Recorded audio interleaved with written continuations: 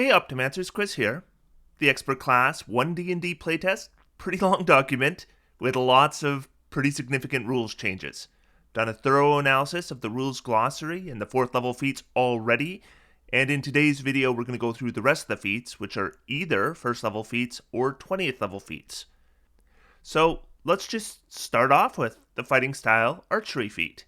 We can see it's limited to the warrior group, which includes fighters, barbarians, and monks, though we see in this document that rangers have a class feature allowing them to qualify for specifically fighting style feats that would be normally restricted to warriors, and based on that, I would expect paladins to get a similar feature. We should also note that it's a 1st level feat, which means that if you're playing a warrior class, you can take it right at character creation as your background feat, if you wanted to. All the fighting style feats are 1st level feats with the warrior group prerequisite, by the way, so I won't continue to repeat that as I go through them. Mechanically, it's unchanged, providing a +2 bonus to attack rolls with ranged weapons. There's 2 additional points I think I should highlight here. First is that in 5th edition, any class could take a fighting style through the Martial Adept feat, but now we're going to be limited to the warrior group or specific exceptions like rangers being able to take fighting styles. I've already seen comments from viewers not happy that monks and barbarians are going to get fighting styles. But we should hold our horses for a moment. The warrior playtest isn't out yet, and we don't know if fighting style bonus feats are going to be a standard yet. They might be, but like I said, the Martial Adept feat already gave these classes access to the fighting styles if they were willing to expend a feat. So let's wait and see. What we're actually seeing is that by giving these feats a warrior prerequisite is they're actually more limited than they were in 5th edition because the Martial Adept feat had no prerequisite. The second point I want to make is that Archery has generally been considered the most optimal fighting style. However, this was in no small part because it largely offset the -5 to hit from Sharpshooter for a +10 bonus to damage. And as I mentioned in my last video, that mechanic is now gone from the Sharpshooter feat. This still might be the best fighting style feat, but if so, it seems that it would be so by a smaller margin. The next feat is the fighting style defense feat. This also provides the same mechanic as 5th edition, a +1 bonus to armor class while you're wearing armor. This has always been a decent fighting style, and it seems to still be.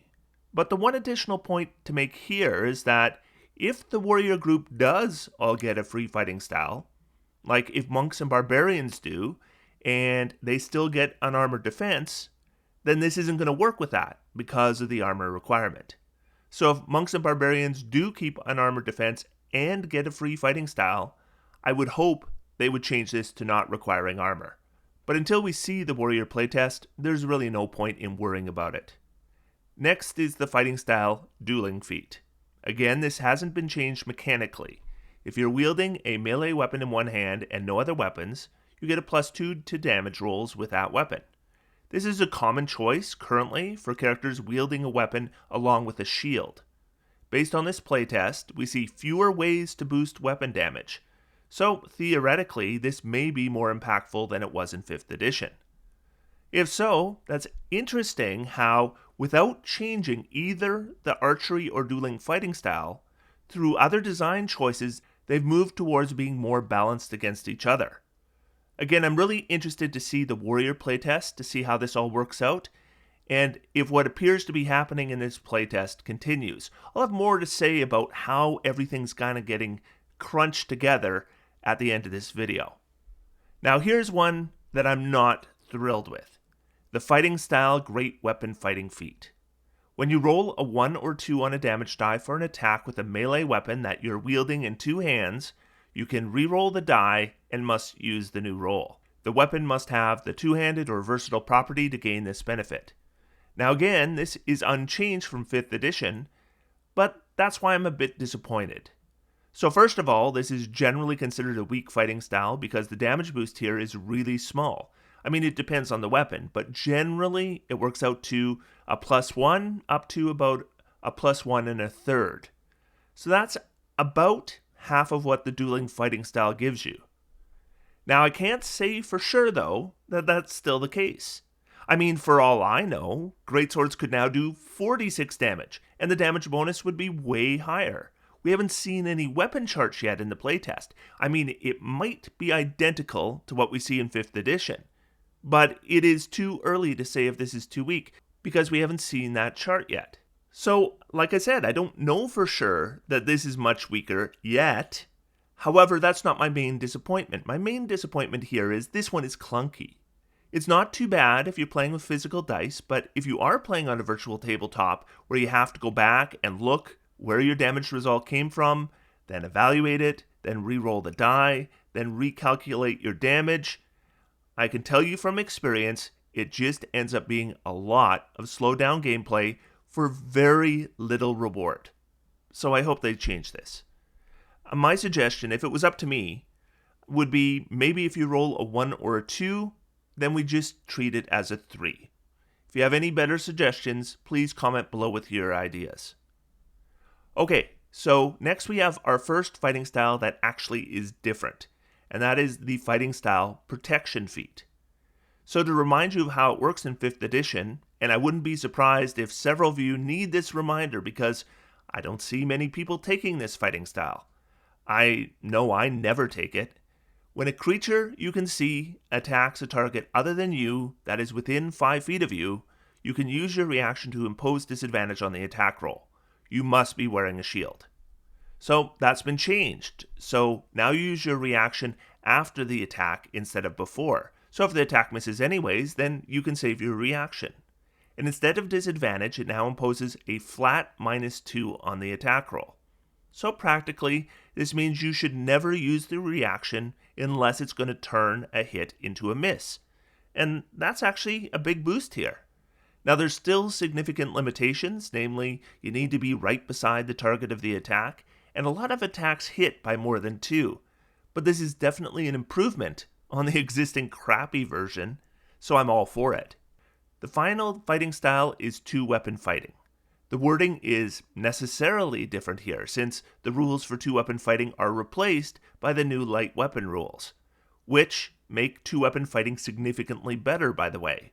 But ultimately, it's doing the same thing. You add your ability score bonus to the attack with the weapon in your other hand. Since 2-weapon fighting seems to be a reasonable option now, this isn't bad. Think about it this way. If we were to assume the standard character with Dueling might make 2 attacks, like let's say they have extra attack, then that's a potential +4 to damage in a round. Now, if we compare that to adding our ability score bonus once, well, that's pretty comparable. I mean, I think we would probably start with +3 and end with +5, so it kind of averages out to the same bonus. Our final first level feat is lightly armored. So this isn't a fighting style feat and does not have any prerequisite, and it's a first level feat.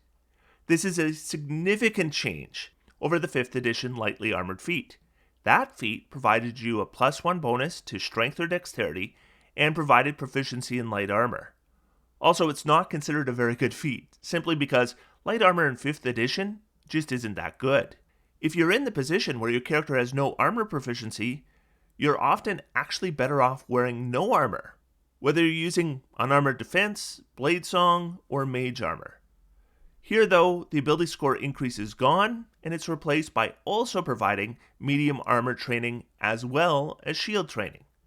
Now based on our 5th edition rules, this is now a really potent first level feat. Like if you're optimizing a wizard or sorcerer build, you're often going to multi-class primarily to get medium armor and shield proficiency. And now you could do it through a first level feat, and that would be a massive boost. However, we just don't have the information we need to know if that's still going to be the case in 1D&D. I mean, I haven't seen the armor rules yet, nor have I seen the wizard or sorcerer classes yet. I don't even know if they're going to be able to cast spells in armor yet. So it's a little early to be making that kind of prediction. I mean, it's always been the standard in D&D that wizards couldn't reliably cast spells in armor until 5th edition came around and changed that. And it would be massively presumptuous to make assumptions on what I haven't seen in the playtest yet. Originally, before I started seeing these playtests, I was expecting much smaller rules changes than we've already seen. So I think just about anything is on the table. Okay, so that's all the new first level feats in this document, and now it's time to take a look at the other end of the spectrum. So some of the epic boons in the Dungeon Master's Guide have been introduced as feats with a 20th level prerequisite. We also see an epic boon feat here that appears to be entirely new, but just one. So let's go through them. First, we have the epic boon of combat prowess. This has been given a prerequisite of the expert or warrior group, and restricting the epic boons by class type seems to be the standard here. Of the 13 epic boon feats in this document, 10 of them have class group requirements. So this particular one is going to be available to bards, rangers, rogues, fighters, barbarians, and monks. There's 26 epic boons in the Dungeon Master's Guide, so if the plan is to have them all be epic boon feats in one D&D, that means all the rest of them will be restricted to class groups not including expert. This one here is pretty simple. If you miss with a melee attack, you can hit instead. Once you use it, you can't use it again until you roll initiative. So in other words, you can use it once per fight. The Dungeon Master's Guide version, by the way, restricts you to weapon attacks. So, assuming we still get melee spell attacks, this version would apply to those. Also, the Dungeon Master's Guide version was once per short rest, so I would assume this is going to be usable more often. The next one is the epic boon of dimensional travel feat. This one is restricted to the expert or mage groups. That's bards, rogues, rangers, wizards, sorcerers, and warlocks. So this one allows you to cast Misty Step without expending a spell slot once per short rest, per long rest, or when you roll initiative. So in other words, you're going to be able to use it once per battle, and sometimes out of battle as well. The old one was once per short rest, so we've definitely increased the frequency in which it's used. Now my first gut instinct was that this seemed weak, but thinking about it more, maybe it seems weak because the Fey Touched feat has made the Misty Step spell seem cheap. If the Fey Touch feat isn't a thing when we play 1D&D, because despite what the designer said, 1D&D isn't going to be backwards compatible, then this could be a lot more valuable. Then again, I'm thinking about all the races that get features similar to Misty Step. I think it's guesswork about how often we're going to use this on a given day, but let's say it's 4 times. Well, that would be 4 second level spells per day, for what that's worth. Next is the epic boon of energy resistance, which is limited to the expert and mage groups. You gain resistance to either acid, cold, fire, lightning, necrotic, poison, psychic, radiant, or thunder damage. So that is most of the damage types in the game. Obviously missing is piercing, slashing, and bludgeoning damage, but also, and I missed this on first reading, force damage isn't here either. So you get resistance, and then you can change the damage type after any rest. I figured this must have been based on an existing epic feat, but I couldn't find one comparable. This is a bit surprising because this seems like something that would have existed already, but now it does. Moving on to the epic boon of Fortitude. So this is one of the epic boon feats with no class type prerequisite. It increases your maximum hit points by 40, and whenever you regain hit points, you increase the amount by your Constitution modifier at least once per round. So the original epic boon of Fortitude just gave you the 40 hit points, which, by the way, would be mechanically identical at 20th level anyways to taking the tough feat, which is a first level feat in the Character Origins 1D&D playtest. So I'm glad to see that they boosted it. I'm a bit surprised though to not see this as a repeatable feat.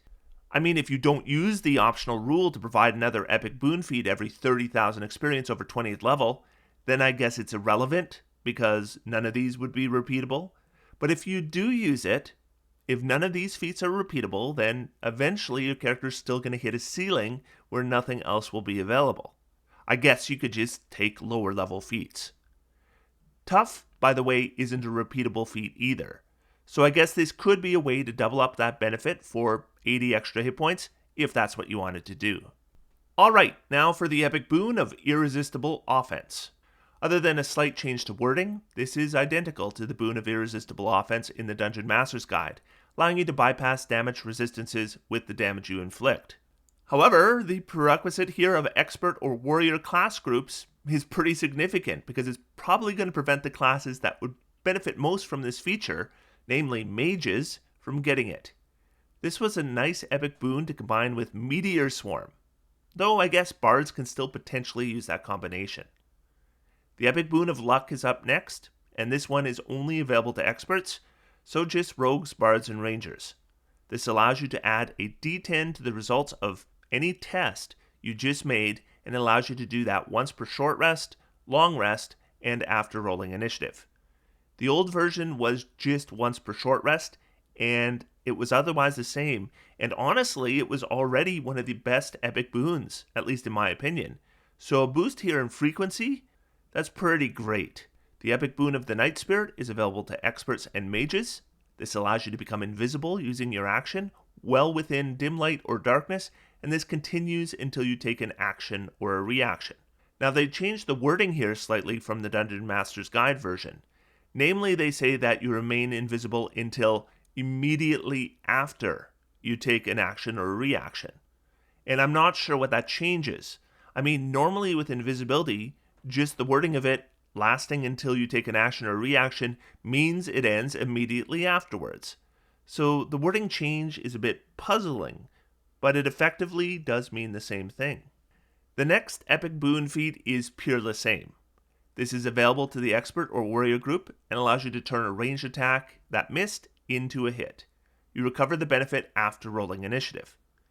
So this is the epic boon combat prowess feat, except it's for ranged attacks instead of melee ones. The Dungeon Master's Guide version of this epic boon gave you a plus 20, which should pretty much turn any miss into a hit, though with the exception of when you roll a natural 1 on your attack roll. So technically here you do get a wee bit more of an impressive ability. The Epic Boon of Recovery is next, and this is one of the 3 that has no class group requirement.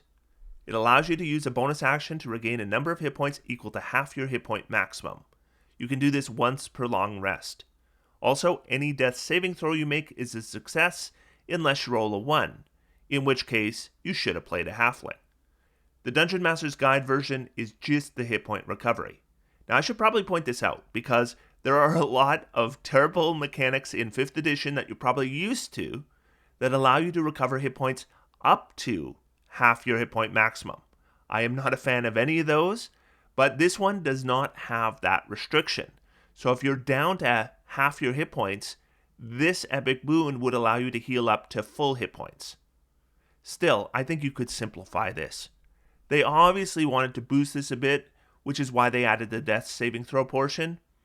But if it was up to me, I'd say just have it heal you up to your hit point maximum instead. That's not as big a boost as it sounds, since you're normally not at 1 hit point when you decide you need to heal up, and it would just save a lot of math. The Epic Boon of Skill Proficiency is next, and this one is identical to the Dungeon Master's Guide version. You get proficiency in all skills. The classes in this document actually get less from this, since they're already proficient in more skills than other classes. Overall though, this one, it's not really as good as it sounds. If you have an 8 intelligence, a plus 5 history isn't all that great when you're 20th level, though it is kind of fun to be at least okay in every skill in the game, so I'm on board. With the Epic Boon of Speed, we actually see something unique here. They are actively nerfing one of the existing epic boons. This has the prerequisite of expert or warrior classes, and it's pretty simple.